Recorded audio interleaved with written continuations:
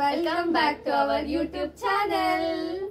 So ನಾವು recent ಆಗಿ CA ಮುಗಿಸಿದೀವಿ. ಸೊ CA ಕೋರ್ಸ್ ಬಗ್ಗೆ ಒಂದು ಸೀರೀಸೇ ಮಾಡೋಣ ಅಂತ ಅನ್ಕೊಂಡಿದೀವಿ. ಅದರಲ್ಲಿ ರೀಸೆಂಟ್ ಆಗಿ ನಾವು ಹೋಗಿದ್ದು ICA ಕ್ಯಾಂಪಸ್ಗೆ. ಸೊ ಅದರಲ್ಲಿ ಯಾವ ತರ ನಮ್ಮ ಎಕ್ಸ್ಪೀರಿಯನ್ಸ್ ಇತ್ತು ಅಂಡ್ ಏನ್ ಎಕ್ಸ್ಪೆಕ್ಟ್ ಮಾಡಬೇಕು, ಏನ್ ಎಕ್ಸ್ಪೆಕ್ಟ್ ಮಾಡಬಾರ್ದು ICA ಕ್ಯಾಂಪಸ್ ಇಂದ ಅಂತ ನಾವು ಈ ವಿಡಿಯೋದಲ್ಲಿ ಹೇಳ್ತೀವಿ. ಬ್ಯಾಂಗ್ಳೂರಲ್ಲಿ ಕ್ಯಾಂಪಸ್ ನಡೆದಿದ್ದು ಬಂದು ಲಲಿತ್ ಅಶೋಕ್ ಹೋಟೆಲಲ್ಲಿ. ಆ್ಯಕ್ಚುಯಲ್ ಕ್ಯಾಂಪಸ್ ಬಂದು 6 days ನಡೀತು. Starting first day premier day ಅಂತ ಹೇಳ್ತಾರೆ. ಇದರಲ್ಲಿ reputed companies with high package ಬಂದಿರ್ತಾರೆ. ಅದರಲ್ಲಿ ಒಂದೊಂದು ದೊಡ್ಡ ಕಂಪನಿಗಳು ಆಲ್ಮೋಸ್ಟ್ 300 ಪೀಪಲ್ಸ್ನ ಶಾರ್ಟ್ ಲಿಸ್ಟ್ ಮಾಡಿರ್ತಾರೆ. ಆದರೆ ಒಬ್ಬರನ್ನು ಸೆಲೆಕ್ಟ್ ಮಾಡೋ ಆಫರ್ ಕೊಟ್ಟಿರಲ್ಲ. ಅದೇ ಹೈಯೆಸ್ಟ್ ಪ್ಯಾಕೇಜ್ ಈ ಸಲ ನಮಗೆ ಕ್ಯಾಂಪಸ್ಗೆ ಬಂದಿದ್ದು. ಆಲ್ಮೋಸ್ಟ್ 22 lakhs ಪೇ ಮಾಡ್ತಿದ್ರು ಬೇಸಿಕ್ ಪೇ. ಎಕ್ಸ್ಪೆಕ್ಟೇಷನ್ಸ್ ಇಟ್ಕೋಬೇಡಿ, ಶಾರ್ಟ್ ಲಿಸ್ಟ್ ಆಗಿದ್ರೆ ಖಂಡಿತ ಅಲ್ಲಿ ನಾವು ಸೆಲೆಕ್ಟ್ ಆಗೇ ಆಗ್ತೀವಿ ಅಂತ ಹೇಳಿ. ಈ ಥರ ಕಂಪ್ನಿಗಳೆಲ್ಲ ಮಿನಿಮಮ್ 5 rounds ಆಫ್ ಇಂಟರ್ವ್ಯೂ ಇಟ್ಟಿರ್ತಾರೆ. ಮತ್ತು ವೇಕೆನ್ಸಿ ಕೂಡ ತುಂಬ ಕಡಿಮೆನೇ ಇರುತ್ತೆ. ಶಾರ್ಟ್ ಲಿಸ್ಟಿಂಗ್ ಪ್ರೊಸೆಸ್ ಬಗ್ಗೆ ಹೇಳಬೇಕು ಅಂದ್ರೆ most of the companies priority ಕೊಡೋದು ಫಸ್ಟ್ ಅಟೆಂಪ್ಟ್ ಅಂಡ್ ರ್ಯಾಂಕ್ ಹೋಲ್ಡರ್ಸ್ಗೆ ಮಾತ್ರ.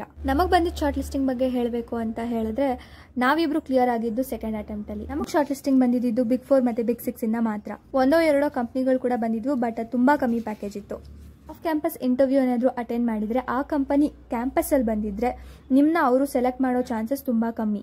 ತುಂಬ ಜನ ವಾಕಿನ್ ಸಿಗುತ್ತೆ ಅನ್ನೋ ಎಕ್ಸ್ಪೆಕ್ಟೇಷನ್ಸ್ ಅಲ್ಲಿ ಹೋಗಿರ್ತೀವಿ. ಬಟ್ ಆದರೆ ಆಲ್ಮೋಸ್ಟ್ ಯಾವ ಕಂಪನೀಸು ವಾಕಿನ್ಸ್ ಕರೆಯಲ್ಲ. Big 4 ಕರೀತಾರೆ, ಅದು 4 o'clock ಆದ್ಮೇಲೆ ಕರೆಯೋದು.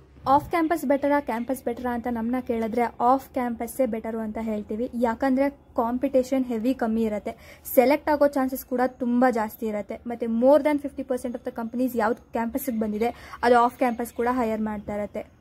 ಬ್ಯಾಂಗ್ಳೂರ್ ಕ್ಯಾಂಪಸ್ ಬಗ್ಗೆ ಹೇಳಬೇಕು ಅಂದರೆ ಹೈಯೆಸ್ಟ್ ಕಂಪನೀಸ್ ಈ ಕ್ಯಾಂಪಸ್ಗೆ ಬಂದಿರುತ್ತೆ. ಹಾಗಂತ ಬ್ಯಾಂಗ್ಳೂರಿಯನ್ಸ್ಗೆ ಆಪರ್ಚುನಿಟಿ ಜಾಸ್ತಿ ಅಂತ ಏನೂ ಇಲ್ಲ. ಬೇರೆ ಸಿಟಿಯಿಂದನೂ ಇಲ್ಲಿಗೆ ತುಂಬ ಜನ ರಿಜಿಸ್ಟರ್ ಆಗಿ ಬಂದಿರ್ತಾರೆ.